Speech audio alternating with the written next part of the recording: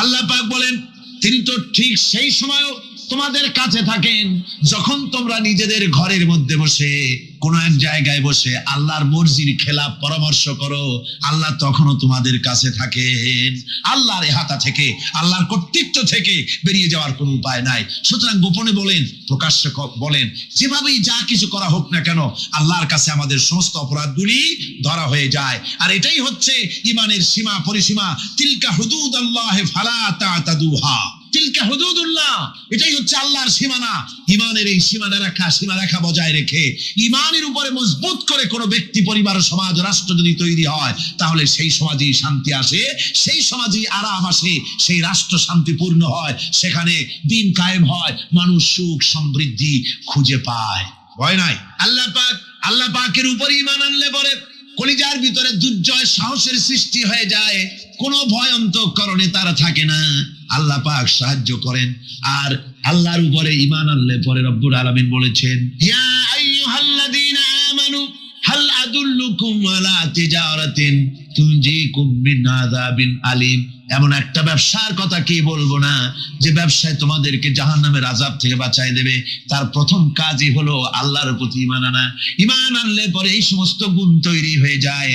আর ঈমানে সবচাইতে উপকৃত হয় সমাজের লোকেরা, রাষ্ট্রের লোকেরা, পরিবারের লোকেরা, দেশের মানুষ উপকৃত হয় মুমিনদের দিয়ে ঈমানের কারণে। তার কারণ হলো একজন মুমিন, একজন ব্যক্তি যখন ঈমানদার হয়, মুমিন হয়ে যায়, আল্লাহর প্রতি যখন প্রগাঢ় বিশ্বাস তার এসে যায়, তখন সেই ব্যক্তি নৈতিকতার মান তার বেড়ে যায়। জোরে বলেন সুবহানাল্লাহ। নৈতিক চরিত্রের উপরে সে প্রতিষ্ঠিত হয়, সে মিথ্যা বলতে সাহস পায় না। মুমিন ব্যক্তি মিথ্যা বলতে সাহস পায়? কেন পায় না? মিথ্যা বলতে সাহস পায় না, ঠকাতে সাহস পায় না, ওজনে কম দিতে সাহস পায় না, শয়তানি বদমাশি করতে সাহস পায় না। তার কারণ হলো আল্লাহ পাক বলে দিয়েছেন, মুমিন কোরআনের ভিতরে পড়েছে, ইযয়াতালাক্কাল মুতালাক্কিয়ানি আনিল ইয়ামিনি ওয়া আনিশ শিমালি কাঈদ। দুজন নিয়ন্ত্রণকারী ফেরেশতা তোমার ডানে এবং বামে বসে বসে তোমাকে নিয়ন্ত্রণ করছে। কোথায় যাও, কি করো, এই ফেরেশতারা বসে বসে সব দেখতেছে। মা ইয়ালফিযু মিন কাওলিন ইল্লা লাদাইহি রাকীবুন আতীদ। মানুষ এমন কোনো কথা বলে না যা ফেরেশতারা রেকর্ড না করে, সব রেকর্ড হয়ে যায়। তাই মুমিন ব্যক্তি দায়িত্বহীন কথা বলতে পারে না। মুমিন ব্যক্তির চরিত্র ভালো হয়ে যায়, সে যে কথা বলে বুঝে শুনে কথা বলে, সে যে ওয়াদা করে বুঝে শুনে ওয়াদা করে। যেহেতু সবকিছুর জবাব কিয়ামতে দিতে হবে। কোথায় দিতে হবে? কোথায় দিতে হবে? কিয়ামতে আল্লাহর দরবারে জবাব দিতে হবে। মহান আল্লাহ রাব্বুল আলামিন বলেছেন, ওয়ালাকাদ খালাকনাল ইনসানা ওয়া না'লামু মা তুওয়াসবিসু বিহি নাফসু। মানুষ সৃষ্টি করেছি আমি, তার অন্তঃকরণের ভিতরে ওয়াসওয়াসা কি হয় আমি জানি। এই জন্য মুমিনেরা মনের ভিতরে কোনো খারাপ কল্পনাও করতে পারে না। খারাপ কল্পনা করলেও তার হিসাব দেওয়া লাগবে আল্লাহর কাছে। কার কাছে? ওয়াইন তুবদু মিন আনফুসিকুম আও তুখফুহু ইউহাসিবুকুম বিহিল্লাহ। আল্লাহ বলেন, মনের মধ্যে যে সব কল্পনা করো তা প্রকাশ করো আর গোপন রাখো, ওইটার হিসাব নিব আমি আল্লাহ পাক। কিয়ামতের দিন আমার কাছে হিসাব দিতে হবে। বন্ধুগণ, এই জন্য মুমিন যারা, মুমিনদের চরিত্র প্রতিষ্ঠিত হয়, মুমিনদের ধারণা থাকে যেখানেই যাই না কেন, যেখানেই বসি না কেন, সেখানেই আল্লাহ, আল্লাহ ছাড়া কোনো জায়গা নাই। আছে নাকি? আছে। আল্লাহ পাক বলেন, মা ইয়াকুনু মিন নাজওয়া সালাসাতিন ইল্লা হুয়া রাবিউহুম। তোমরা যেখানে তিনজন মিলে পরামর্শ করো, মনে রেখো তিনজন নও, ওখানে চতুর্থ সত্তা আমি রব্বুল আলামিন তোমাদের কাছে আছি। সব শুনিয়ার দেখি, পাঁচজন যেখানে হও সেখানে আমি ষষ্ঠ। এর থেকে যদি কম হও, এর থেকে যদি বেশি হও, বান্দারে তুমি আছো যেখানে আমি আল্লাহ আছি সেখানে। উপায় নাই, সব জায়গায় আমি দেখতে পাচ্ছি। শুধু তাই নয়, রাত্রিবেলায় মানুষেরা গোপনে পরামর্শ করে, করে না? করে কিনা? রাতে রাতে পরামর্শ করে, এক জায়গায় বসে, হলের মধ্যে, পাহাড়ের মধ্যে, কোন জায়গায় বসে পরামর্শ করে। কি পরামর্শ?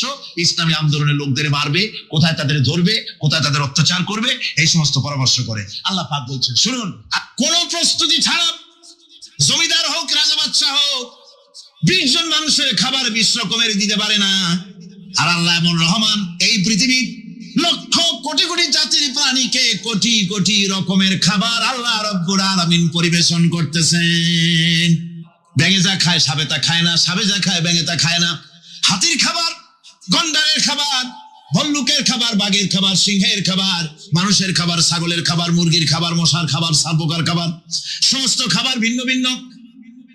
আবার সমস্ত খাবারের মজা আল্লাহ রব্বুল আলামিন আলাদা আলাদা করে দিয়েছেন। এমন রহমান, আপনার পেট ভরবেন শুধু স্বাস্থ্য বাড়াবার জন্য পেট ভরে খাওয়া দরকারটা ছিল। আল্লাহ পাক দেখলেন যে না, শুধু পেট ভরলে তো এরকম খাইতে চাইবে না, তাই আল্লাহ রব্বুল আলামিন জিহ্বা দিয়ে দিলেন যাতে করে মজা লাগে আর খায়। সব রকমের মজা, এক এক গোশতে, এক এক মাছে, এক এক তরকারিতে এক এক রকম মজা। না সব রকম মজা, সব এক রকম মজা, ভিন্ন ভিন্ন রকমের মজা। আল্লাহ পাক বলেন আমি রহমান, দেখো আমি কিভাবে খাওয়াই। ওয়াকাইয়িম মিন দাব্বাতিন লা তাহমিলু রিজকুহা আল্লাহু ইয়ারযুকুহা ওয়া ইয়্যাকুম। এই পৃথিবীতে এমন অনেক বিচরণশীল জীব আছে, যে জীবীরা, যে প্রাণীরা নিজের জন্য কোনো সঞ্চয় করে না, সঞ্চয় করে শুধুমাত্র পৃথিবীর মানুষ। আর পিঁপড়ায় কিছু সঞ্চয় করে। অন্যান্য বহু প্রাণী আছে যাদের কোনো সঞ্চয় নাই। কি বলেন, পাতিশিয়ালের কোনো ব্যাংকে অ্যাকাউন্ট আছে নাকি? না। শীতের মৌসুমে পাতিশিয়াল আইসা ব্যাংকের ম্যানেজারকে বলে না যে কয়েকটা মুরগি আনছি, আমার নামে একটা অ্যাকাউন্ট ওপেন করেন, বৃষ্টির সময় আমি যেন ওগুলো উঠাইয়া পাইকারি দরে খাইতে পারি। ওর কোনো খাবার নাই, সঞ্চয় নাই। এ ধরনের পাখির সঞ্চয় নাই, পশুর সঞ্চয় নাই। মহান আল্লাহ রাব্বুল আলামিন তিনি বলছেন, সকাল বেলায় পাখি তার বাসা দিয়া ক্ষুধার্ত পেট নিয়ে পাখিগুলি উড়ে চলে যায়। সাপটার গর্ত থেকে বের হয় খালি পেটে, পাতি শ্রীগল খাঁটি পেট নিয়ে গর্ত থেকে বেরিয়ে যায়। তিমির মতো অত বড় প্রকাণ্ড প্রাণী, হাতির মতো প্রকাণ্ড প্রাণী, গরিলা, শিম্পাঞ্জি, ওরাংওটাং, পিঁপড়া থেকে শুরু করে নিয়ে প্রকাণ্ড তিমি পর্যন্ত সমস্ত প্রাণীগুলি সকালবেলায় খালি পেটে বেরিয়ে যায়। সারাদিন ঘোরাঘুরির পর আল্লাহ সুবহানাহু ওয়া তাআলা বলেন, সন্ধ্যাবেলায় সমস্ত প্রাণীর পেটগুলি ভরে আমি আল্লাহ তাদের বাসায় ফিরাইয়া দেই। আমি রহমান, এভাবে করি আমি আল্লাহ রাব্বুল আলামিন খাবারের বন্দোবস্ত করি, পড়ার বন্দোবস্ত করি, থাকার ব্যবস্থা করি। ইয়া আইয়ুহান নাসু যুকুরু নি'মাতাল্লাহি আলাইকুম হাল মিন খালিকিন গায়রুল্লাহ ইয়ারযুকুকুম মিনাস সামাই ওয়াল আরদ। ও পৃথিবীর মানুষেরা, ওই আল্লাহর স্মরণ করো, আল্লাহর নিয়ামতের শুকরিয়া আদায় করো যে আল্লাহ তোমাকে আকাশ থেকে, জমিন থেকে রিজিক দেন। ওই আল্লাহ ছাড়া আছে কি কেউ যে তোমাকে আকাশ থেকে রিজিক দেয়, জমিন থেকে রিজিক দেয়? লা ইলাহা ইল্লা হুয়া ফান্না তুফাকুন। ওই আল্লাহ ছাড়া কোনো ইলাহা নাই, কেন তোমরা বিভ্রান্ত হও? সে আল্লাহর দিকে ফিরে আসো। আল্লাহ বলছেন, এভাবে আমি সমস্ত পৃথিবীর মানুষের রুজি রুটির বন্দোবস্ত করি, সমস্ত প্রাণীর রুজি রুটি ব্যবস্থা করি। আমি সেই রহমান। সুবহানাল্লাহ বিহামদিহি। ওয়া ইলাহুকুম ইলাহু ওয়াহিদ লা ইলাহা ইল্লা হুয়ার রাহমানুর রহিম। এই হচ্ছেন তোমাদের আল্লাহ। সুবহানাল্লাহ। আল্লাহ বলছেন, ওয়া ইলাহুকুম ইলাহু ওয়াহিদ, তিনি হচ্ছেন এক আল্লাহ, এক ইলাহ, যিনি ছাড়া কোনো ইলাহ নাই। তিনি হচ্ছেন রহমান। তিনি কি? রহমান। তিনি হচ্ছেন রহিম। তিনি তোমাদের সব কিছুর ব্যবস্থা করে দিয়ে থাকেন, কোন জিনিস তোমাদেরকে বঞ্চিত করেন না। এই রহমান এমন রহমান যিনি তোমাদের সমস্ত নিয়ামত পূর্ণ করেন। আর রহমান এমন রহমান যে শুধু আপন আপন লোক দেখে তালাশ করে করে দেয় না, সকলকে দেয়। যারা নামাজ পড়ে তাদের দালান কোটা বেশি হয়, যারা তাহাজ্জুদ পড়ে তাদের ব্যাংকে টাকার অভাব নাই, যারা হজ করে যাকাত দেয় তারা টাকার জ্বালায়, পয়সা কড়ির জ্বালায় অস্থির। এরকম নাকি? না, বরং নামাজ রোজা হজ যাকাত যারা করে বেশি খাঁটি মুসলমান, তাদের অভাব অভিযোগ আরো বেশি। যাদের কাছে নামাজ নাই, রোজা নাই, আল্লাহ পরকালের চিন্তা নাই, তাদের টাকা পয়সা, সোনা দানা, জায়গা জমিন, সৌন্দর্য, সুখ আর আরো অনেক বেশি। বরং এদের কম। আপন লোকের চাইতে শত্রুকে বরং আল্লাহ পাক বেশি দেন। আপন লোক মানে যারা দিনদার, ইমানদার, পরেজগার, নামাজি, এরা বরং কম পায়, ওরা বরং বেশি পায়। এমন কেউ নাই পৃথিবীতে শত্রুকে ডেকে বলবে আয় তোরেও দেই, কেউ নাই। একমাত্র আল্লাহ রাব্বুল আলামিন যিনি সকলকে দেন। যত শিক্ষা আল্লাহ দিয়েছেন, যত দয়া আল্লাহ বান্দাকে করেছেন, সবচাইতে বড় দয়া কোরআন শিক্ষা দেওয়া। জোরে কান সুবহানাল্লাহ। যত দয়া, যত নিয়ামত, যত রহমত আল্লাহ বান্দাকে করেছেন, তার মধ্যে শ্রেষ্ঠ রহমত, শ্রেষ্ঠ দয়া, শ্রেষ্ঠ করুণা মানুষের জন্য, আল্লাহর এই পৃথিবীর মানুষের জন্য সবচাইতে শ্রেষ্ঠ দয়া কি? জোরে বলেন কি? কোরআনের শিক্ষাই হচ্ছে আল্লাহ পাকের এই মানুষের জন্য সর্বশ্রেষ্ঠ দয়া। কোরআনে কারীমে রব্বুল আলামিন বলেন, ফাআনজালাল্লাহু সাকিনাতাহু আলাইহি ওয়া আইয়াদাহু বিজুনুদিন লাম তারাওহা।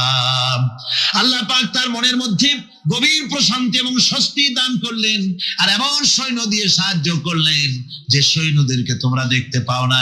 এভাবে করে রব্বুল আলামিন মুমিনদের বিপদে আপদে মুসিবতে সব সময় আল্লাহ পাক মুসলমানদেরকে সাহায্য করেছেন। জোরে বলেন সুবহানাল্লাহ। মুমিনদের সাহায্যকারী আল্লাহ। তাই ইসলামী আন্দোলনের সাথে যারা আছে, যারা কর্মী, যারা নেতা, যারা মুমিন, যারা ঈমানদার, মেঘের মতো প্রচন্ড কালো মেঘ হয়ে চতুর্দিক থেকে অন্ধকারের মতো সে এসেছে বিপদ, কোন বিপদ না। আল্লাহ পাক সাহায্যকারী। কে সাহায্যকারী? জোরে বলেন সাহায্যকারী কে?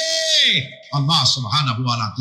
জান্নাতের মধ্যে আল্লাহ পাক হুরদের সঙ্গে জান্নাতীদের বিয়ের ব্যবস্থা করে দিবেন। কোরআনে কারীমে আল্লাহ পাক বলেন, মুত্তাকিইনা আলা সুরুরিন মাসফুফাতিন ওয়া যাওয়াজনাহুম বিহুরিন ঈন। সামনাসামনি ভাবে সাজানো সারি সারি আসন সমূহের উপর তারা ঠেস লাগায় বসে থাকবে, আর আল্লাহ রাব্বুল আলামিন হুরদের সাথে জান্নাতীদের বিয়ের ব্যবস্থা করে দিবেন।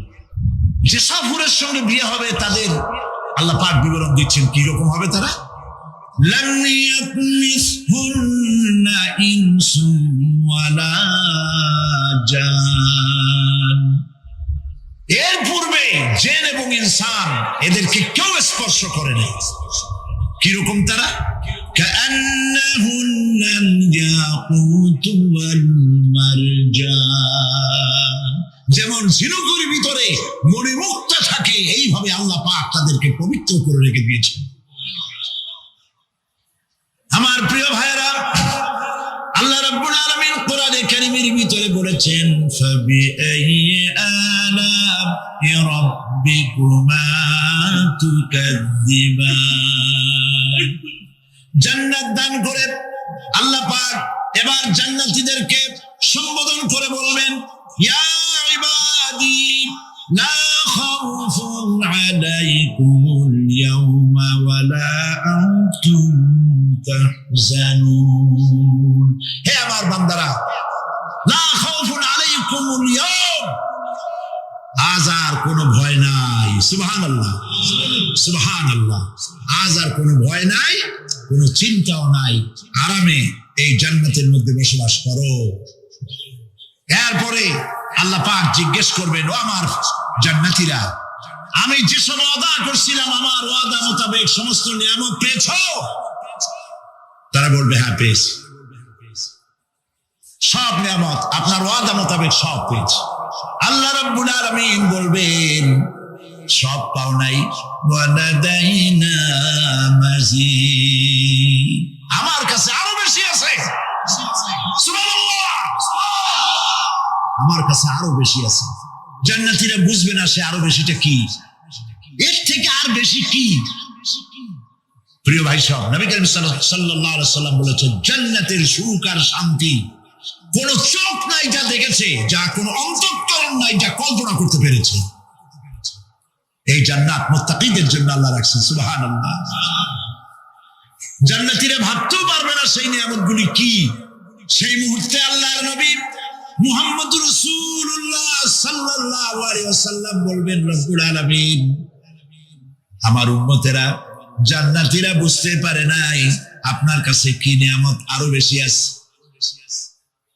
আমার এই উম্মতেরা জান্নাতীরা আপনার ওয়াদা মোতাবেক সব পেয়েছে, কিন্তু একটি জিনিস এখনো তাদের কিসমতে হয় নাই। সেই জিনিসটা হলো, যারা তার রবকে না দেখে শুধু কোরআন আর হাদিসের কথা শুনে আরামের ঘুম হারাম করে তাহাজ্জুদের নামাজ আদায় করেছিল, চোখের পানি ফেলেছিল, যারা জান্নাত দেখে নাই, জাহান্নাম দেখে নাই, আপনাকে ভয় করে যারা জীবন পরিচালনা করেছিল, যারা আপনাকে দেখে নাই, না দেখে শুধু কোরআন হাদিস বিশ্বাস করে যারা অকাতরে নিজেদের জীবন বিলায় দিয়েছিল, এই জান্নাতীরা এখন পর্যন্ত তার রবকে দেখতে পারে নাই। আল্লাহ পাক বান্দাদের আরজি পুরা করার জন্য জান্নাতীদের সামনে তিনি জালোয়া ফরজ হবে। কোরআন শরীফের ভিতরে আল্লাহ পাক বলেন, জান্নাতীরা তারা আল্লাহর দিকে, জান্নাতীরা তার রবের দিকে তাকিয়ে থাকবে, আর রব তার বান্দাদের দিকে তাকাইয়া থাকবে। প্রাণ ভরে জান্নাতীরা রবকে দেখবে, সুবহানাল্লাহ, আল্লাহ পাককে দেখবে। প্রাণ খুলে আজ দোয়া করি রব্বুল আলামিন, জান্নাতের যেই পরিবেশে, যেই জায়গায় তুমি দয়া করে তোমার গোলামদেরকে তুমি নিজেই দর্শন দিবে, দেখা দিবে। মনিব গো, ও আমাদের রব, আজ এই বিশাল জনসমুদ্র নিয়ে তোমার দরবারে আবেগ ভরা কণ্ঠে বলি, যে অনুষ্ঠানটি তুমি এমন মুবারক অনুষ্ঠান করবে যেখানে তুমি জান্নাতীদেরকে দেখা দিবে, ওই জান্নাতের কোনো একটি, ওই অনুষ্ঠানের কোনো একটি কোনায় কানায় আমাদেরকেও দাঁড় করাইয়া দেখার তুমি। মানুষের সামনে এত সব নিয়ামত রেখেছেন, এই জান্নাত দান করবেন।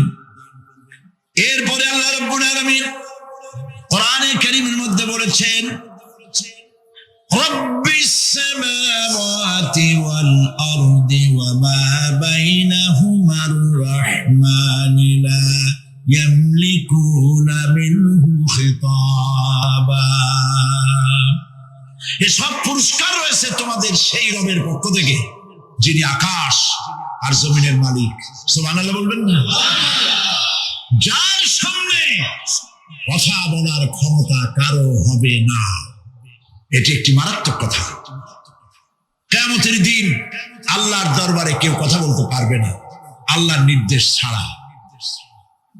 একটি আকীদা পরিষ্কার করে নিয়ে যান আপনাদের। সে আকীদাটা এভাবে পরিষ্কার করুন, কোন পীর সাহেব, কোন খাজা বাবা, কোন মাওলানা, কোন মুহাদ্দিস, কোন বুজুর্গ আপনাকে সুপারিশ করতে পারবে না যদি না আল্লাহ পাক তাকে কথা বলার তৌফিক না দেয়। মনে থাকবে এটা। আয়াতুল কুরসির ভিতরে আমরা পড়ি, মান যাল্লাযী ইয়াশফাউ ইনদাহু ইল্লা বিইজনিহি। আল্লাহ পাক বলেছেন, কিয়ামতের দিন আল্লাহর দরবারে কার সাহস আছে কথা বলতে পারে? মান যাল্লাযী ইয়াশফাউ ইনদাহু ইল্লা বিইজনিহি। আল্লাহর অর্ডার ছাড়া, হুকুম ছাড়া আল্লাহর সামনে কথা বলা সেদিন কেউ থাকবে না। সুবহানাল্লাহ। কেউ কথা বলতে পারবে না। সুপারিশ করতে হবে আল্লাহ যারে বলেন তুমি করো, অমুকের জন্য করো, সেই ব্যক্তি শুধু তার জন্যই করতে পারবে, আর কেউ কথা বলতে পারবে না। সেই কঠিন হাসরের ময়দান, যেদিন শুধুমাত্র আল্লাহ পাক কথা বলবেন, আর যারে বলতে বলবেন সেই কেবলমাত্র বলতে পারবে। সুপারিশ এটি আল্লাহ পাক কিয়ামতে পারমিশন দিলে বলা যাবে। হযরত ইব্রাহিম আলাইহিস সালাম কিয়ামতের দিন তার নিজের পিতা সম্পর্কে সুপারিশ করবেন। রব্বুল আলামিন, আমার আব্বার জন্য সুপারিশ করতেছি, মেহেরবানি করে জাহান্নাম থেকে তারে আপনি রক্ষা করুন। আল্লাহ রব্বুল আলামিন বলবেন, ইব্রাহিম তোমার সুপারিশ মঞ্জুর হবে না।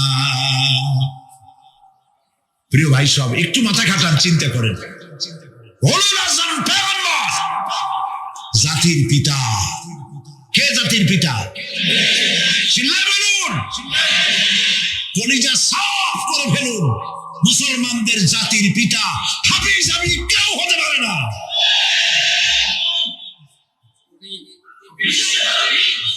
মিল্লাতা আবিকুম ইব্রাহিম।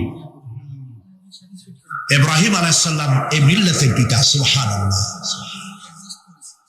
হযরত ইব্রাহিম আলাইহিস সালাম কিয়ামতের দিন বলবেন, আল্লাহ আমার আব্বার জন্য সুপারিশ করছি, আল্লাহ পাক বলবেন মঞ্জুর হবে না।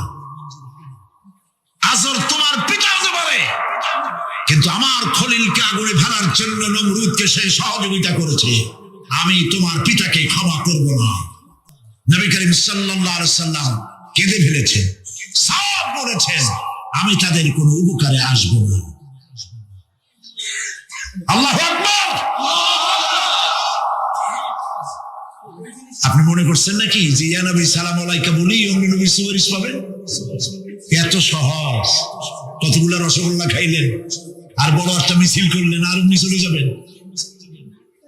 পৃথিবীর সব মানুষ, সাহাবায়ে কেরাম বাদ দেন, পৃথিবীর সমস্ত মানুষ একত্রিত হয়ে আবু তালেব রাসূলুল্লাহকে যে ভালোবেসেছেন, ওর 1000 ভাগের 1 ভাগও সারা দুনিয়ার মানুষ রাসূলুল্লাহকে ভালোবাসতে পারবে?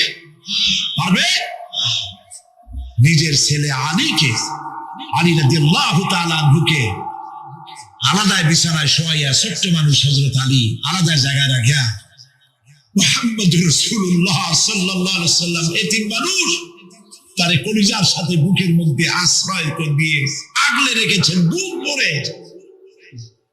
সেই আবু তালেব মৃত্যুর সময় নবী করিম সাল্লাল্লাহু আলাইহি ওয়াসাল্লাম বলেছিলেন, চাচা একটি বার আমার কানে তাওহীদের কালেমা শুনায় দেন। আবু তালেব তার কিসমতে ছিল না কালেমা। মরে যাওয়ার পর একজন সাহাবী বলেছিলেন, ইয়া রাসূলুল্লাহ, মৃত্যুর সময় আবু তালেবের মুখ আমি নড়তে দেখেছি, তিনি কালেমা পড়েছেন সম্ভবত। রাসূলুল্লাহ সাহেব বলেছেন, আমি শুনি নাই। এত ভালোবাসার পরেও হাদিস শরীফে এসেছে আবু তালেব জাহান্নামে যাবে। কোথায় যাবে? জাহান্নামে। সবচাইতে কম আযাব হবে কার? আবু তালেবের। কম আযাবটা কি? হাদিস শরীফে এসেছে কম আযাব হলো জাহান্নামের আগুন দিয়ে এক জোড়া জুতা তৈরি করে আবু তালেবের পায়ে পরিয়ে দেওয়া হবে। সেই জাহান্নামের আগুনের তৈরি করা জুতার তাপে আবু তালেবের মাথার ঘিলুগুলো টকবক করে বউ পড়তে লাগবে। এত ভালোবেসে যদি কিয়ামতে উপায় না হয়, আপনি ইয়া নবী সালাম আলাইকা, ইয়া রাসূল সালাম আলাইকা আর কতগুলো জিলাপি খাইলেন, বড় একটা মিছিল করলেন। প্রিয় ভাই সব, এইসব বেদাত ছাড়ুন, এগুলি সুস্পষ্ট বিদআত। রাসূলুল্লাহকে ভালোবাসবেন, সাহাবীরা যেভাবে ভালোবেসেছেন ওইভাবে ভালোবাসবেন। আল্লাহ রাব্বুল আলামিন বলেন, যালিকাল ইয়াউমুল হক ফামান শাআ ইত্তাখাযা ইলা রাব্বিহি মাআবা। এই দিনটি অবশ্যই আসবে, সেদিনটি নিশ্চিতভাবে আসবে। আর এখন যার ইচ্ছা সে তার রবের দিকে অগ্রসর হোক। ইন্না আনজারনাকুম আযাবান করিবান ইয়াওমা ইয়ানদুরুল মার'উ মা কদ্দামাত ইয়াদাহু ওয়া ইয়াকুলুল কাফিরু ইয়া লাইতানি কুনতু তুরাবা। ইন্না আনজারনাকুম আযাবান করিবা, খুব নিকটবর্তী একটি আযাব সম্পর্কে আমি তোমাদেরকে সতর্ক করে দিলাম। কে বলতেছে? আল্লাহ পাক। লক্ষ্য করুন আল্লাহ কি বলছেন, খুব নিকটবর্তী একটি কঠিন শাস্তি আযাব অর্থাৎ কিয়ামত, এ সম্পর্কে আমি তোমাদেরকে সতর্ক করে দিলাম।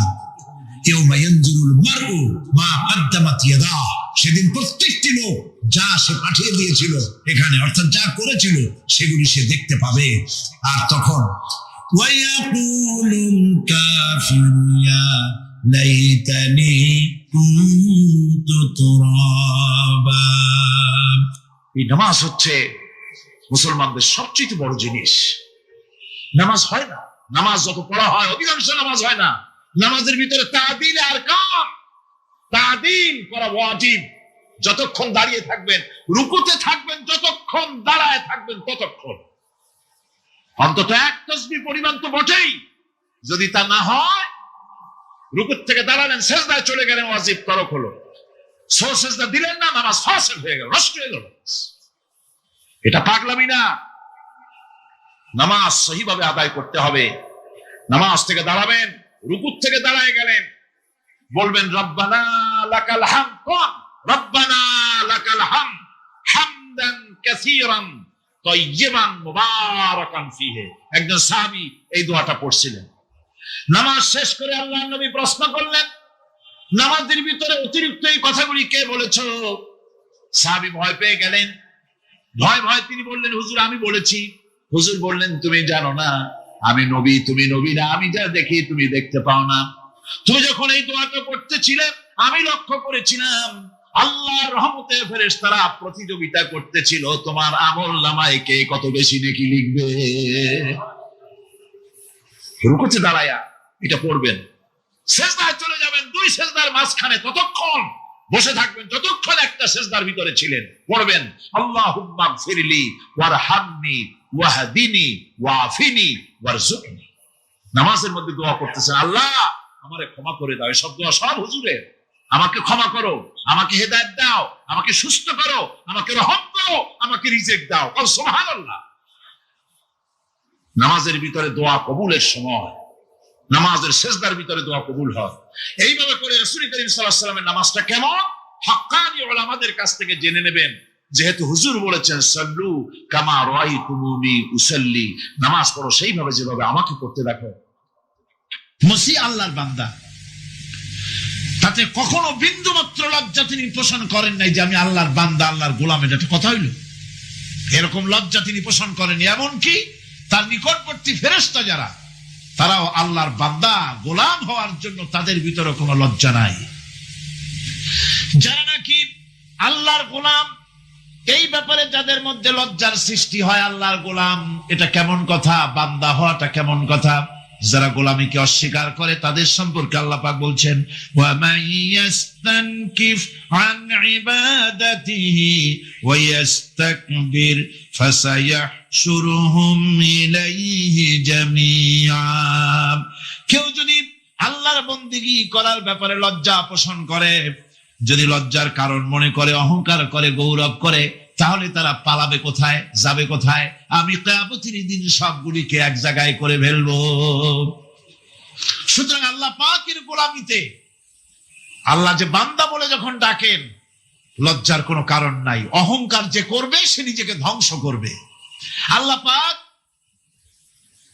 সব নবীদেরকে নিজের বান্দা বলেছেন। নবীরা কি আল্লাহ পাকের বান্দা। হযরত ইউসুফ আলাইহিস সালাম সম্পর্কে আল্লাহ পাক বলছেন, কাযালিকা লিনাসরিফা আনহু আস-সুআ ওয়াল ফাহশা ইন্নাহু মিন ইবাদিনাল মুখলাসিন। এরূপই ঘটলো যাতে আমি ইউসুফ আলাইহিস সালামকে, আমার বান্দা, তাকে আমি নির্লজ্জতা ইত্যাদি থেকে আমি রক্ষা করেছি। নিশ্চয়ই হযরত ইউসুফ ছিল আল্লাহ পাকের বান্দা, আল্লাহ পাকের আব্দ। রাসূল করিম সাল্লাল্লাহু আলাইহি ওয়াসাল্লাম তিনি হচ্ছেন সর্বশ্রেষ্ঠ আল্লাহর পয়গম্বর। তার থেকে শ্রেষ্ঠ নবী আর কি কেউ আছে? জোরে বলেন আছে? তার থেকে মাহবুব, তার থেকে শ্রেষ্ঠ আল্লাহর কাছে আর কেউ নাই। সেই নবীকে আল্লাহ রাব্বুল আলামিন কোরআনে কারীমের ভিতরে তাকে আব্দ বলেছেন। কি বলেছেন? অনেকগুলি আয়াত আছে যে আয়াতের ভিতরে আল্লাহ পাক তার নাম নেন নাই, নবী বলেন নাই, রাসূল বলেন নাই, শুধু বলেছেন আব্দ। যেমন ফাআওহা ইলা আবদিহি মা আওহা। অতঃপর তার বান্দার নিকট যা ওহী করার ছিল তা তিনি করলেন। সেই বান্দাকে আল্লাহ সাল্লাল্লাহু আলাইহি ওয়াসাল্লাম। সুতরাং আবদিয়াত, ইবাদত, গোলামি, এটা হচ্ছে মানুষের জীবনের সবচেয়ে বড় মর্যাদাকর খেতাব আল্লাহর পক্ষ থেকে, আল্লাহর বান্দা হওয়া। গোলামি পরিপূর্ণরূপে হবে কেবলমাত্র আল্লাহ পাকের। এই গোলামির জন্যই আল্লাহ পাক আমাদেরকে সৃষ্টি করেছেন, অন্য কোনো কাজে আমাদেরকে সৃষ্টি করেন নাই। আমাদেরকে গোলামি করতে হবে, আনুগত্য করতে হবে কেবলমাত্র কার বলুন তো? এই গোলামি যদি সঠিকভাবে করি, যদি বান্দারা যারা আল্লাহ পাকের বান্দা বলে, গোলাম বলে নিজেদেরকে দাবি করে, যদি সঠিকভাবে ইবাদতটা করা যায়, তাহলে আল্লাহ তাদের জন্য কি ওয়াদা করেছেন শুনুন। দুনিয়ায় তাদেরকে আল্লাহ পুরস্কার দেবেন, আল্লাহ পুরস্কার দেবেন। সে পুরস্কারটা কি? দুনিয়ার পুরস্কারটা আগে শোনেন। আল্লাহ পাক বলেন, যারা আমার ইবাদত করবে তাদের ব্যাপারে আমার ওয়াদা শোনো। ওয়াদাল্লাহুল্লাযীনা আমানু ওয়া আমিলুস সালিহাতি লায়াস্তাখলিফান্নাহুম ফিল আরদি কামাস্তাখলাফাল্লাযীনা মিন ক্বাবলিহিম।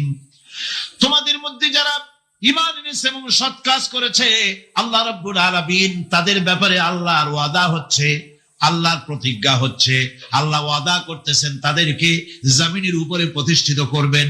যেমন করে তোমাদের পূর্বপুরুষদেরকে প্রতিষ্ঠিত করা হয়েছিল, ওইভাবে তোমাদেরকে প্রতিষ্ঠিত করা হবে। সুবহানাল্লাহ।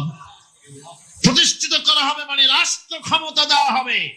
কি দেওয়া হবে? যদি গোলাম হও, যদি কি হও? গোলাম। আল্লাহ পাক বলছেন শুধু তাই নয়, আমি আমার দিনকে যারা প্রতিষ্ঠা করবে, আমার গোলামেরা যদি, আমার বান্দারা সঠিকভাবে যদি আমার গোলামি করে, মানানে আমলে সালেহ করে, নেক কাজ করে, আমি তাদেরকে রাষ্ট্র প্রতিষ্ঠার সুযোগ করে দেব। আর তাদের জন্য ভীতির পরিবর্তে, সন্ত্রাসের পরিবর্তে শান্তি কায়েম করে দেব। সুবহানাল্লাহ। وَلَيُمَكِّنَنَّ لَهُمْ دِينَهُمُ الَّذِي ارْتَضَىٰ لَهُمْ وَلَيُبَدِّلَنَّهُمْ مِنْ خَوْفِهِمْ أَمْنًا। তাদের দিনকে তারা নিজেদের জন্য যা পছন্দ করেছে অবশ্যই তিনি তা কায়েম করে দিবেন, এবং সন্ত্রাস আর ভীতির পরিবর্তে আল্লাহ নিরাপত্তা দান করবেন। জোরে কোন সুবহানাল্লাহ। সন্ত্রাস বন্ধ হবে, চুরি, ডাকাতি, জেনা, ব্যভিচার সব বন্ধ হয়ে যাবে। তোমরা ক্ষমতায় থাকবে, তোমরা ডমিনেটেড হবে না, তোমরা ডমিনেট করবে। গোটা পৃথিবীকে শাসন করবে, শাসিত তোমরা হবে না। আর ভীতির পরিবর্তে নিরাপত্তা তোমরা লাভ করবে। কি করলে?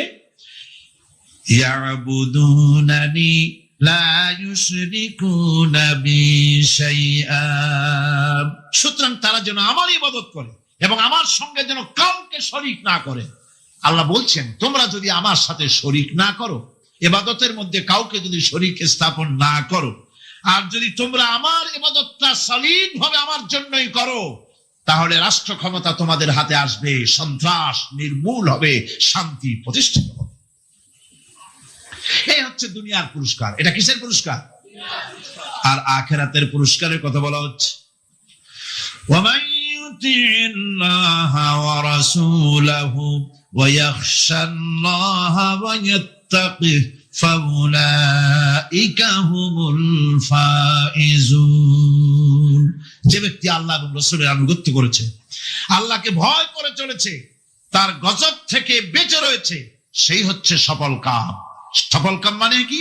কিয়ামতের দিন আল্লাহ পাক তাদেরকে জান্নাত দান করবেন। আল্লাহ পাক তাদেরকে কিয়ামতে কি দিবেন? জান্নাত দিবেন, চিরস্থায়ী শান্তির জায়গা, সেই জান্নাত লাভ করা যাবে। আজ ইবাদতের এই যে গুরুত্বপূর্ণ ইবাদত, এই ইবাদতের ভুল অর্থ সমাজের ভিতরে ছড়িয়ে আছে। সাধারণ মানুষও ভুল করেছে, অসাধারণ মানুষেরাও ইবাদতের ভুল অর্থ করে ভুলের মধ্যে নিমজ্জিত আছে বিরাট সংখ্যক লোকেরা। সাধারণ মুসলমানেরা তারা যে ভুলটা করলো ইবাদতের অর্থ করতে গিয়ে, সেটা হলো এই, সাধারণ লোকেরা মনে করলো কয়েকটা অনুষ্ঠানের নাম হচ্ছে ইবাদত, নামাজ, রোজা, হজ, যাকাত, সাদকা, ফিতরা, এর নাম হলো ইবাদত। অনুষ্ঠান শেষে তারা নিজেদেরকে স্বাধীন মনে করলো। তারা আল্লাহ পাকের প্রত্যেকটি আইনের ধারাকে লঙ্ঘন করলো। বছরে একবার রোজা রেখে, বছরে 1 মাস রোজা রেখে মনে করলো ইবাদত শেষ। 5 ওয়াক্ত নামাজ পড়ে মনে করলে ইবাদত শেষ। আমি প্রশ্ন করি, 5 ওয়াক্ত নামাজের নামই যদি হয় ইবাদত, 5 ওয়াক্ত নামাজের নামই ইবাদত, এটাই যদি হয়, তাহলে 5 ওয়াক্ত নামাজ পড়তে সময় লাগে কত? উজু টুজু করে বড় জোর 1-1.5 ঘন্টা সময় লাগে 5 ওয়াক্ত নামাজ পড়তে। তো এর নাম যদি হয় ইবাদত, তার অর্থ কি দাঁড়াবে? অর্থ দাঁড়াবে আপনি 24 ঘন্টার ভিতরে 1 থেকে 1.5 ঘন্টার জন্য আল্লাহর গোলাম, বাকি 22 ঘন্টার জন্য শয়তানের গোলাম হতে কেউ রাজি আছেন? রোজার নামই যদি হয় শুধু ইবাদত, তাহলে তার অর্থ দাঁড়াবে বছরের ভিতরে একটা মাসের জন্য আপনি আল্লাহর গোলাম, আর 11 মাসের জন্য শয়তানের গোলাম হতে কেউ রাজি আছে? তাহলে বিষয়টা কি? বিষয়টা হচ্ছে নামাজ, রোজা, হজ, যাকাতি শুধুমাত্র ইবাদত নয়, আনুষ্ঠানিক ইবাদত তো বটেই, কম্পালসারি ইবাদত তো বটেই, কিন্তু শুধুমাত্র নামাজ, রোজা, হজ, যাকাত ইবাদত শুধুমাত্র নয়, এগুলি হচ্ছে ইবাদতের পার্ট, ইবাদতের অংশ।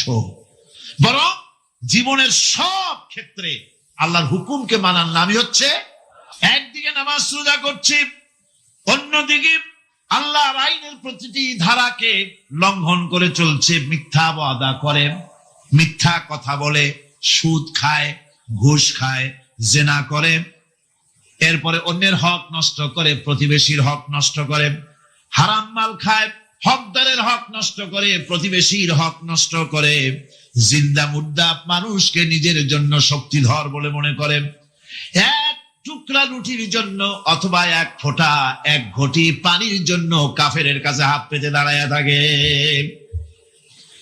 এই যে অবস্থা হয়, এটাই যদি হয় ঈমান, আর এটার নামে যদি হেফাজত হয়, তাহলে এই পৃথিবীর মুসলমানের আজ লাঞ্ছিত কেন? আল্লাহর ওয়াদা কি মিথ্যা?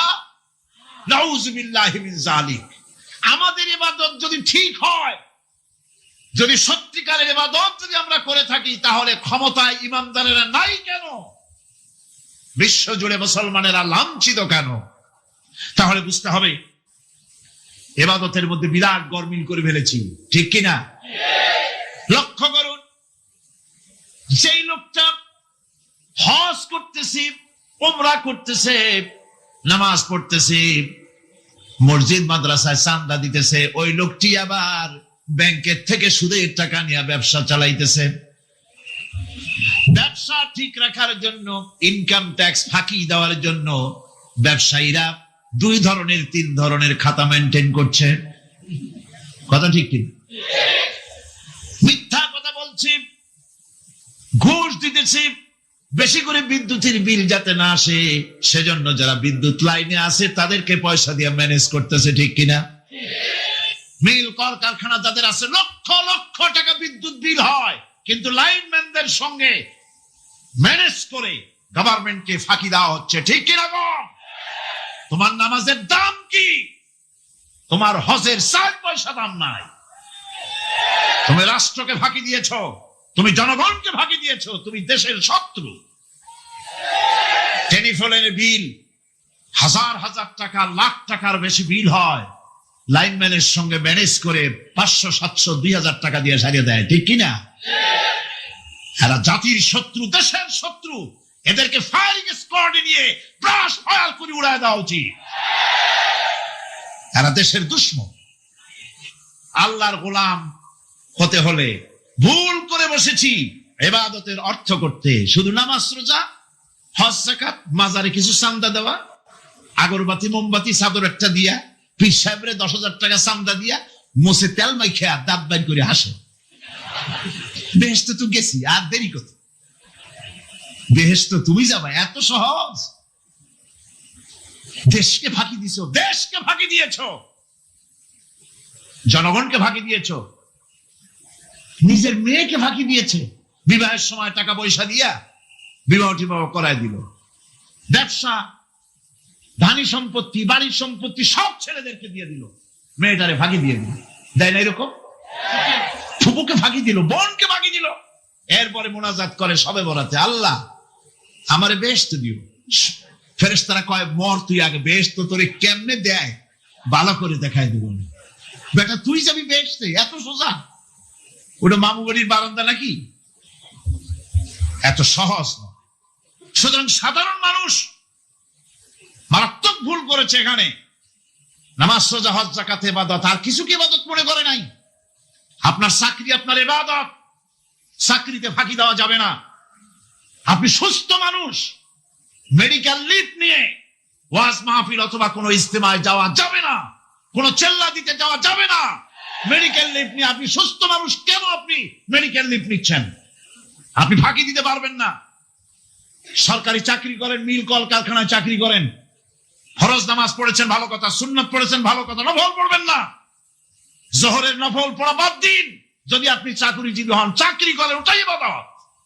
গভর্নমেন্ট যে বেতন দেয় সেই বেতনের উপরে সন্তুষ্ট থাকুন, ঘুষ খাইয়েন না। যদি বেশি বেতন লাগে গভর্নমেন্টের কাছে দাবি জানান যে আমাদের বেতন বাড়ায় দাও। ঘুষ খাবেন কেন? হারাম। যারা করে এটা কি? এই ঘুষের টাকা মাজারে দিয়া, পীরের দিয়া আল্লাহরে খুশি করবেন, এত সহজ না। সেই জন্য আমি সব ভাইদের খেদমতে আরজ করব, ইবাদত হচ্ছে জীবনের সব ক্ষেত্রে গোলামি, সকল ক্ষেত্রে গোলামি। চাকরিতে, অফিসে, আদালতে, কলকারখানায়, ক্ষেত খামারে, পার্লামেন্টে, সেক্রেটারিয়েটে, সেনানিবাসে, স্কুলে, কলেজে, বিশ্ববিদ্যালয়, সর্বত্র গোলামি কার? আল্লাহ পাকের। রিজকে হালাল করতে হবে, উপার্জনকে হালাল করতে হবে, সত্যিকারের আল্লাহর গোলাম হতে হবে। আল্লাহ রাব্বুল আলামিন বলেছেন, মা খালাকতুল জিন্না ওয়াল ইনসা ইল্লা লিয়াবুদুন। মানুষ আর জিন জাতিকে আমি সৃষ্টি করেছি আমার গোলামির জন্য। কার গোলামি? ওই গোলামির পূর্ণাঙ্গ নমুনা যদি জানতে চাই, পূর্ণাঙ্গ নমুনা দৃষ্টান্ত লাগবে। কাকে অনুসরণ করব? পূর্ণাঙ্গ ইবাদতের, আল্লাহর গোলামির পূর্ণাঙ্গ নমুনার জন্য কোরআনে কারিমে দৃষ্টান্ত সেট করা হয়েছে।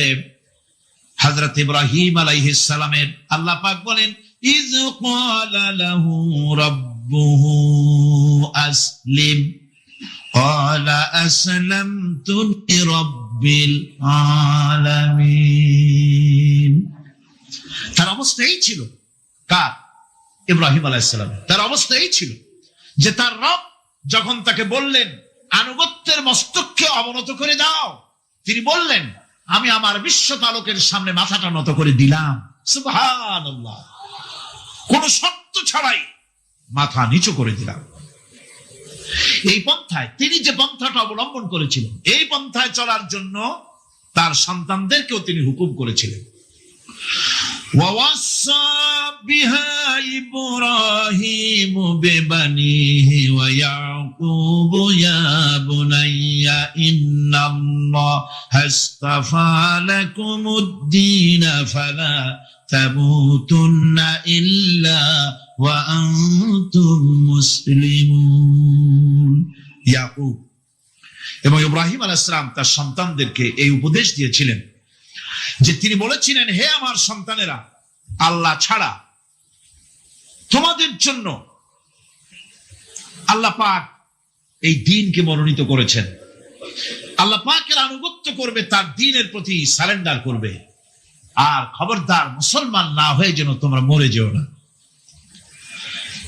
মৃত্যু মুসলমান অবস্থায় থাকবে, অর্থাৎ মৃত্যু পর্যন্ত থাকবে কি অবস্থায়? মুসলমান অবস্থায়।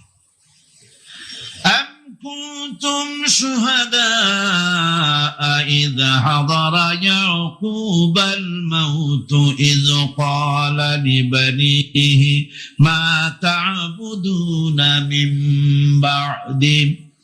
ইয়াকুব আলাইহিস সালাম তার মৃত্যুর সময় জিজ্ঞেস করেছিলেন, ও আমার সন্তানেরা, আমার মৃত্যুর পরে তোমরা কার ইবাদত করবে, তার কার গোলামি করবে? তারা জবাব দিলেন, قالوا نعبد إلهك وإله آبائك إبراهيم وإسماعيل وإسحاق إلها واحدا ونحن له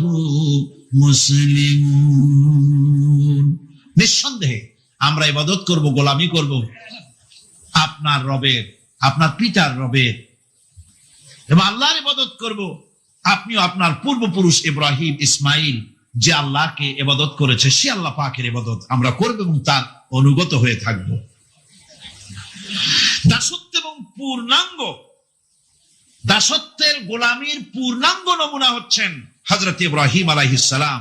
আল্লাহ গোটা জমিন যখন শিরকের অন্ধকারে ডুবে গিয়েছিল, তখন হযরত ইব্রাহিম আলাইহিস সালাম তাওহীদের আলো জ্বালিয়ে দিয়েছিলেন। এই নিবেদিতদের ইমাম হিসেবে আল্লাহ পাক তাকে ঘোষণা দিলেন। কোরআনে কারীম বলছে, وَإِذَا ابْتَلَى إِبْرَاهِيمَ رَبُّهُ রাব্বুহু বিকালিমাতিন ফাতাম্মাহুন্না ক্বালা ইন্নী জাইলুকা লিন-নাসি ইমামা। ইব্রাহিমকে তার রব কয়েকটি বাক্য দিয়ে পরীক্ষা করলেন এবং তিনি সেই পরীক্ষাগুলোতে পাশ করলেন। তখন আল্লাহ রাব্বুল আলামিন তাকে বললেন যে আমি তোমাকে গোটা বিশ্ব মানবতার জন্য, গোটা বিশ্বের সমস্ত মানুষের জন্য আমি তোমাকে নেতা বানাবো। সুবহানাল্লাহি ওয়া বিহামদিহি। সেখানে আল্লাহ পাক তাকে পাশ করালেন, তিনি পাশ করলেন। দ্বিতীয় পরীক্ষা ছিল বিবি এবং নবজাতক সন্তানকে নিয়ে। আল্লাহ হুকুম করলেন এই বিবি আর বাচ্চারে নিয়ে মরুভূমিতে রেখে আসো। মরুভূমিতে যেখানে ঘর নাই, বাড়ি নাই, সেই জায়গায় বিবি এবং বাচ্চাকে রেখে যাওয়ার সময় তিনি বললেন, রব্বানা ইন্নী আসকানতু মিন যুররিয়াতি বিওয়াদিন গায়রি যী যারইন ইনদা বাইতিকাল মুহাররাম। হায় আল্লাহ রাব্বুল আলামিন, আমি পানি এবং তরুলতাবিহীন এক মরুভূমির ভিতরে আমার বংশের একটি অংশকে এখানে রেখে গেলাম। তোমার ঘরের কাছে পুনর্বাসিত আমি তাদের কাছে, এই ঘরের কাছে, সম্মানিত ঘরের কাছে রেখে গেলাম। পরীক্ষায় তিনি পাশ করলেন। হযরতে হাজেরা প্রশ্ন করলেন, ইব্রাহিম, পানি নাই, খাবার নাই, মানুষ নাই, ঘর নাই, বাড়ি নাই, মরুভূমির ভিতরে আমাকে আমার বাচ্চারে ফেলে রেখে যাচ্ছ কেন? কোনো জবাব নাই। 2 বার 3 বার প্রশ্ন করলেন। এরপরে তিনি আবার প্রশ্ন করলেন, বললেন, ইব্রাহিম, এটা কি আল্লাহর হুকুম নাকি? হযরত ইব্রাহিম আলাইহিস সালাম নিজের কলিজার টুকরা সন্তান আর বিবিকে রেখে যেতেছেন ভারাক্রান্ত মন নিয়ে। তিনি আকাশের দিকে আঙ্গুল উঁচু করে দেখালেন। হযরত হাজেরা বুঝলেন তিনি তো আল্লাহর পয়গম্বর, আমার কোন অপরাধে এভাবে ফেলে যাওয়ার কথা নয়। তিনি বুঝলেন এটা আল্লাহর হুকুম। হযরত হাজেরা বললেন, ইব্রাহিম রে, নিশ্চিন্ত মনে বাড়ি ফিরে যাও। আমার মনে কোনো চিন্তা নাই, কোনো পেরেশানি আর এখন নাই। আল্লাহর হুকুমে যদি আমাকে এই মরুভূমির ভিতরে ফেলে যেয়ে থাকো, তাহলে আমি ওই আল্লাহর প্রতি এতটা ভরসা রাখি যে এই মরুভূমির ভিতরে জল পানি শূন্য, খাদ্য শূন্য জায়গায় আমি আমার বাচ্চাকে আল্লাহ রব্বুল আলামিন না খাওয়াইয়া মারবেন না। দ্বিতীয় পরীক্ষায় পাশ করল। 3 নম্বরে পরীক্ষা হলো, সন্তান বড় হয়ে গেছে, বুদ্ধি হয়েছে, দৌড়াতে পারে।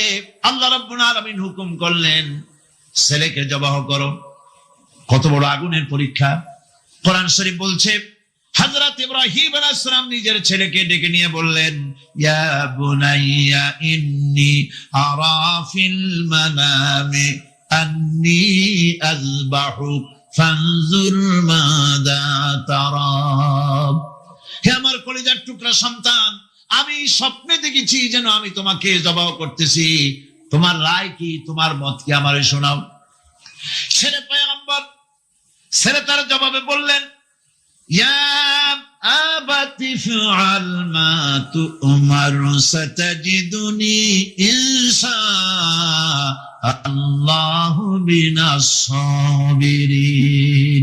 হে আমার আব্বাজান, আপনি যে ব্যাপারে স্বপ্নের ভিতরে আদিষ্ট হয়েছেন আপনি তা কার্যকরী করুন। আমাকে এতটুকু অধৈর্যের মধ্যে পাবেন না, আমাকে ধৈর্যশীলদের মধ্যে পাবেন। আমারে আপনি আল্লাহর হুকুম পালন করেন। আল্লাহ পাক শোনাচ্ছেন, ফালাম্মা আসলামা ওয়া তাল্লাহু লিল জাবিন। পিতা পুত্র দুজনই রাজি হয়ে গেল। পিতা তার ছেলেকে কাঁধ করে গলার উপরে ছুরি ধরেছেন।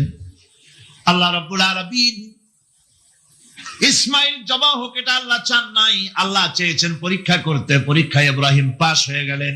আল্লাহ পাক বলছেন, ওয়ানাদাইনাহু আইয়া ইব্রাহিম ক্বাদ সাদ্দাকতার রুইয়া ইন্না কাযালিকা নাজজিল মুহসিনিন।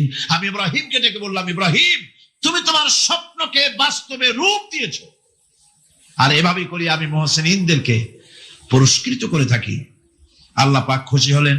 আল্লাহ পাক বললেন, ইন্না হাযা লাবালাউল মুবিন। নিঃসন্দেহে এটি একটি বিরাট পরীক্ষা ছিল। ঠিক কি রকম? আল্লাহ নিজে বলছেন এটি একটি বিরাট পরীক্ষা, আজিম ইমতিহান। সে ইমতিহানে তিনি পাশ করলেন। পরীক্ষায় উত্তীর্ণ হওয়ার জন্য রব্বুল আলামিন পুরস্কার দিয়া দিলেন। আল্লাহ পাক বললেন, সালামুন আলা ইব্রাহিম। পড়েন সবাই, সালামুন আলা ইব্রাহিম। ইব্রাহিমের প্রতি আল্লাহ পাক বললেন, ইব্রাহিমের প্রতি সালাম রইল। সুবহানাল্লাহ ওয়া বিহামদিহি। ইবাদত এর আনুগত্যের এই উৎকৃষ্ট দৃষ্টান্ত স্থাপনের পর আল্লাহ পাক তার গোটা বিশ্বের মুসলমানদেরকে কিয়ামত পর্যন্ত ইব্রাহিম আলাইহিস সালামকে জাতির পিতা বানায়া দিলেন। সুবহানাল্লাহ কইতে ইচ্ছা করে না? এরকমের পরীক্ষা কোন পিতারা দিতে পারছে নাকি?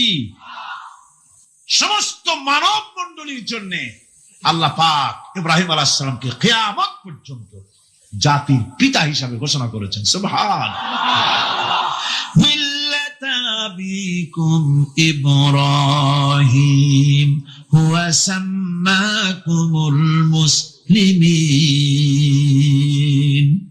তোমরা তোমাদের পিতা ইব্রাহিমের মিল্লাতের উপর প্রতিষ্ঠিত হও। আল্লাহ পাক বলছেন, তোমাদের পিতা ইব্রাহিমের মিল্লাতের উপর প্রতিষ্ঠিত হও, আর আল্লাহ তোমাদের নাম রেখেছে মুসলমান। তোমরা হচ্ছে মুসলমান। আমাদের পরিচয়, ওই যে পরিচয়ের কথা আগে হয়ে গেছে, আমাদের পরিচয় আমরা মুসলমান। আমাদের পরিচয় কি? মুসলমান। এটা প্রথম পরিচয়। ইবাদতের পূর্ণাঙ্গ মাপকাঠি হিসেবে আল্লাহ পাক হযরত ইব্রাহিম আলাইহিস সালামকে দুনিয়াবাসীর সামনে পেশ করেছেন। কোরআন বলছে, ইহুদি এবং খ্রিস্টানেরা মুসলমানদেরকে বিভ্রান্ত করতে চায়। তারা বলে, ওয়াকালু কুনু হুদান আও নাসারা তাহতাদু কুল বাল মিল্লাতা ইব্রাহিম হানিফা ওয়া মা কানা মিনাল মুশরিকিন। বলে ইহুদি হও, তবেই তোমরা সঠিক পথ পাবা। খ্রিস্টানের বলে খ্রিস্টান হও, তবেই তোমরা সঠিক পথ প্রাপ্ত হবে। আল্লাহ পাক বলছেন, এদের সকলকে বলে দাও, বরং তোমরা সব পরিত্যাগ করে মিল্লাতে ইব্রাহিমের ভিতরে শামিল হয়ে যাও। এটাই মুক্তির পথ, এটাই নাজাতের পথ, এটাই আল্লাহর পথ। সুবহানাল্লাহ ওয়া বিহামদিহি। এমন রাসূল কারীম সাল্লাল্লাহু আলাইহি ওয়াসাল্লামকে আল্লাহ পাক বলেছেন, আনিত্তাবি' মিল্লাতা ইব্রাহিম হানিফা। চারদিক থেকে মুখ ফিরিয়ে এনে মিল্লাতে ইব্রাহিমের ভিতরে শামিল হয়ে যাও, তারই অনুসরণ করো। রাসূল কারীম সাল্লাল্লাহু আলাইহি ওয়াসাল্লাম ইবাদত বা আনুগত্যের সর্বোৎকৃষ্ট নমুনা হওয়ার কারণে ইব্রাহিম আলাইহিস সালাম সম্পর্কে হুজুর বলেছেন, ইন্না ইব্রাহিমা খায়রুল বারিয়া, রাওয়াহু মুসলিম। হুজুর সাল্লাল্লাহু আলাইহি ওয়াসাল্লাম বলেছেন, ইব্রাহিম হচ্ছেন জগতের সর্বোত্তম ব্যক্তি। সুবহানাল্লাহ। সুতরাং আমাদেরকে ইবাদতের নমুনা হিসেবে ইব্রাহিম আলাইহিস সালামকে মানদণ্ড হিসেবে দেখতে হবে, যে কিভাবে তিনি সারেন্ডার করেছিলেন আল্লাহ পাকের দরবারে। এখন আমি আপনাদের সামনে বলতে চাই, মানুষের জীবনে সবচাইতে বড় দুটি চাহিদা আছে। একটা হচ্ছে খাদ্য, আর একটা হচ্ছে নিরাপত্তা। একটা খাদ্য, আর একটা কি? নিরাপত্তা। পেট ভরে খাইতে চাই, আর চোর ডাকাতের উপদ্রব থেকে নিরাপত্তা পেতে চায়। খাদ্য যদি চাই ক্ষুধার সময়, নিরাপত্তা যদি চাই ভীতির সময়। আল্লাহ রাব্বুল আলামিন বলেন, কোন গভর্নমেন্ট দিতে পারবে না, দুনিয়ায় কেউ দিতে পারে নাই, পারবেও না। ক্ষুধার সময় যদি খাদ্য চাও, ভীতির সময় যদি নিরাপত্তা লাভ করতে চাও, তাহলে ফালইয়াবুদু রাব্ব হাযাল বাইত। এই ঘরের মালিকের ইবাদত কর। কোন ঘর? কাবা ঘর। বলেন কোন ঘর? কাবা ঘর। কাবা শরীফের মালিকের ইবাদত কর। তাহলে কি হবে? আল্লাযী আত'আমাহুম মিন জু'in ওয়া আমানাহুম মিন খাউফ। এই ঘরের মালিকের ইবাদত যদি করো, তাহলে ক্ষুধার সময় তিনি তোমাদেরকে খেতে দিবেন, আর ভীতির সময় তিনি তোমাদের নিরাপত্তা দান করবেন। এ ওয়াদা কার? চিল্লায় বলেন ওয়াদা কার? আল্লাহ পাকের ওয়াদা বিশ্বাস হলো না, এমনই পোড়া কপালের মুসলমান। নির্বাচন যখন আসলো, সলিমউদ্দিন সাহেব আসতেন মঞ্চের উপরে, পরিচয় করানো হচ্ছে। এতক্ষণ আপনারা যার বক্তৃতা শোনার জন্য দ্বিপ্রহরের রৌদ্রে কষ্ট করতেছিলেন, এখন সেই সংগ্রামী জননায়ক বিপ্লবী সন্তান তিনি এখন আপনাদের সামনে বক্তব্য রাখবেন। উড়ে দাঁড়ায় বললেন, ভাইয়ার আমার, বোনের আমারে সকলে মিলে ভোট দেন। এবার যদি ক্ষমতায় যেতে পারি, না খাইয়া কেউ মরবেন না, কিন্তু কি খাইয়া মরবে তাও কয় না। মানুষেরা এই কথাগুলি বিশ্বাস করলার সমানে ভোট দিল। হায় রে কপাল! আল্লাহ বললেন, আমার ইবাদত কর, আমার গোলামি কর জীবনের সব জায়গায়, তাহলে ক্ষুধার সময় খাইতে পারবি আর ভীতির সময় নিরাপত্তা পাবি। আল্লাহর কথাটা বিশ্বাস হইল না। এই নামাজ পড়ার মুসলমানের দাম আছে? কোন দাম আছে? এ রোজা খাওয়ার দাম আছে? এ মুসলমান দাবি করার দাম আছে? আল্লাহ রাব্বুল আলামিন তিনি পরিষ্কার করে বলছেন, এই ঘরের মালিকের ইবাদত করো, তিনি ক্ষুধার সময় খেতে দিবেন আর তিনি তোমাদেরকে ভীতির সময় নিরাপত্তা দান করবেন। চাউলের অভাব হবে না, পাটের অভাব হবে না, খাদ্যের অভাব হবে না, কারণ দুটি জিনিস যদি তোমরা করতে পারো খাবারের অভাব হবে না।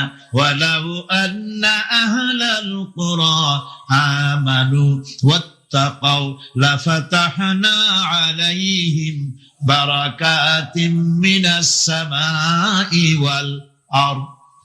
দেশের লোকেরা, জনপদের লোকেরা যদি দুইটা কাজ করে, এক নম্বরে হলো আমার উপরে ঈমান আনবে, দুই নম্বরে হলো আমাকে ভয় করার নীতি অবলম্বন করে যদি চলে, তাহলে ওই দেশের মানুষের জন্য আকাশ আর জমিনের সব বরকতের দরজা আমি আল্লাহ খুলে দেব। আল্লাহর ওয়াদা। আল্লাহ পাকের নিকট মানুষের সবচাইতে বড় দাবি কি? আল্লাহর কাছে মানুষের সবচাইতে বড় দাবি কি করতে পারেন? আল্লাহ পাকের কাছে মানুষের শ্রেষ্ঠ দাবিটা আল্লাহ নিজেই শিখাই দিয়েছেন। আমার কাছে দাবি কর, ইহদিনাস সিরাতাল মুস্তাকিম। আয় আল্লাহ, একটা সোজা, একটা সরল রাস্তা আমারে দাও, একটা সহজ পথ আমারে দাও। এই কথা সূরা ফাতিহা দাবি করার পর আল্লাহ রাব্বুল আলামিন এই অভিনন্দনের জবাবে, 7টা বাক্যের অভিনন্দনের জবাবে আল্লাহ রাব্বুল আলামিন 30 পারা কোরআন শরীফ নাজিল করে দিলেন। সূরা ফাতিহার এই সওয়ালের জবাবে আল্লাহ পাক বললেন, ওয়া আনি'বুদুনি হাযা সিরাতুম মুস্তাকিম। সোজা রাস্তা চাও, আমার গোলামি করো, ইবাদত করো। সব জায়গায় ইবাদত, গোলামি করাই লাগবে। আমার কাছে সোজা রাস্তা চাও, সোজা রাস্তা হলো আমার গোলামি করা। কার গোলামি?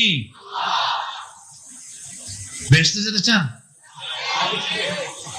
আমি আস্তে জিজ্ঞেলাম বলে আপনারও আস্তে জবাব দিলেন। বেহেশতে যেতে চান? সুবহানাল্লাহ। এমন কোন মানুষ আছে নাকি যে বেহেশতে যেতে চায় না, মদ খোর যাইতে চায়?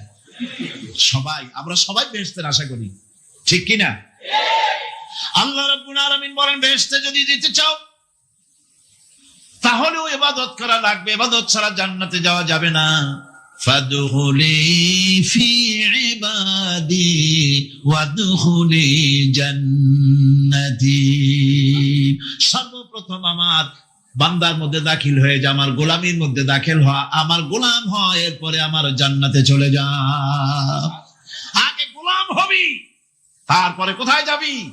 জান্নাতে যাবে। আগে গোলাম হ, আগে গোলামির খাতায় নাম লেখা, আগে সত্যিকারের আমার বান্দা হ, গোলাম, এরপরে জান্নাতে যাওয়া যাবে। জান্নাতে যাইয়া আল্লাহর সাথে কি দেখা করতে চাই? আল্লাহর সাথে দেখা করতে চাই।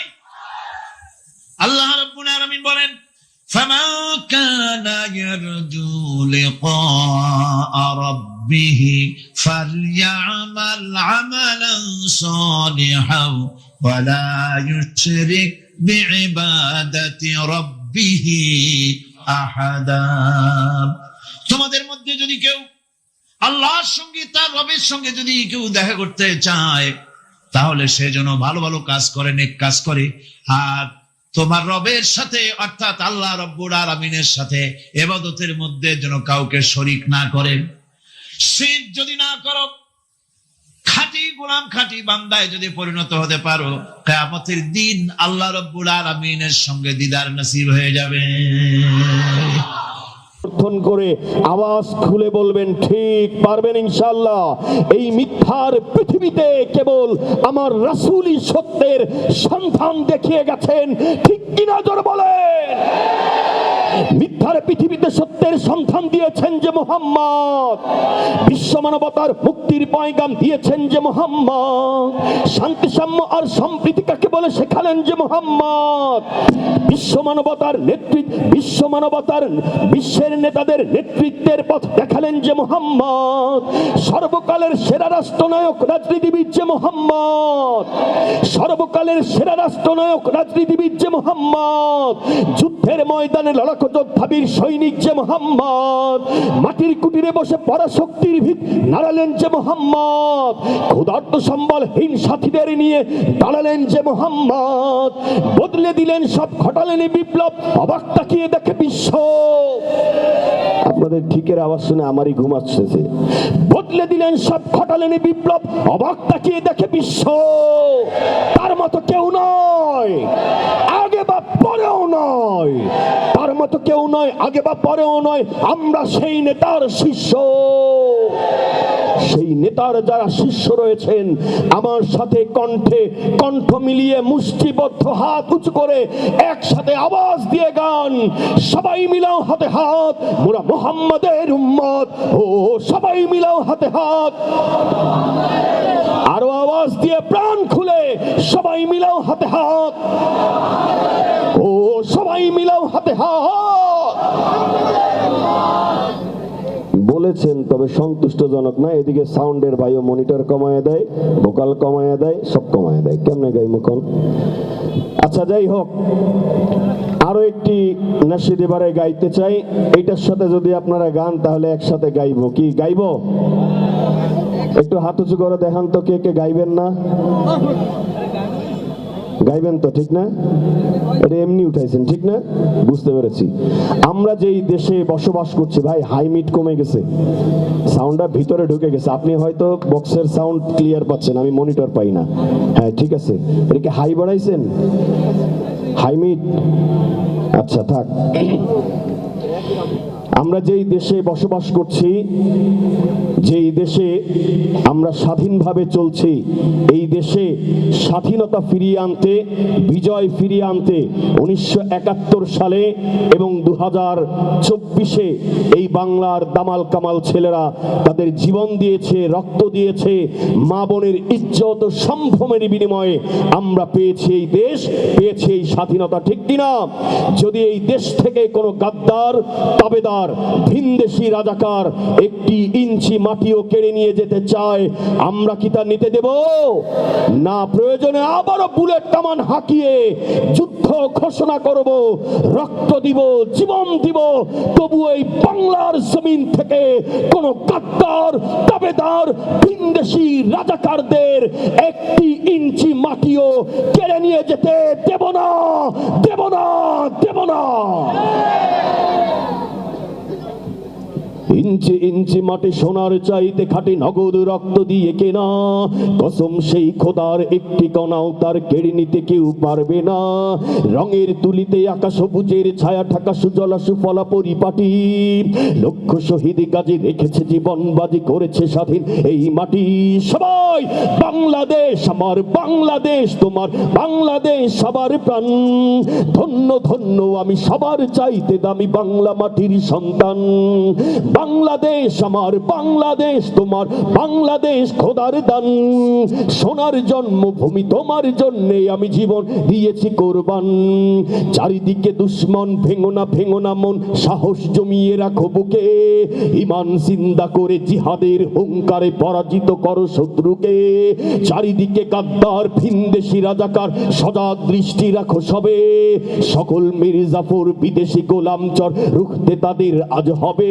সবাই সবাই বাংলাদেশ আমার, বাংলাদেশ সবার প্রাণ, ধন্য ধন্য আমি সবার চাইতে দামি বাংলা মাটির সন্তান।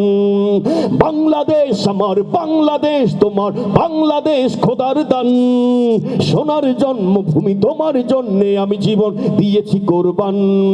শান্ত মাটির নিচে এখনো ঘুমিয়ে আছে 360 আউলিয়া, সোহরাওয়ার্দী শেরে বাংলা ভাষা নিয়ে আছে শেখ মুজিব, উসমানী ও জিয়া।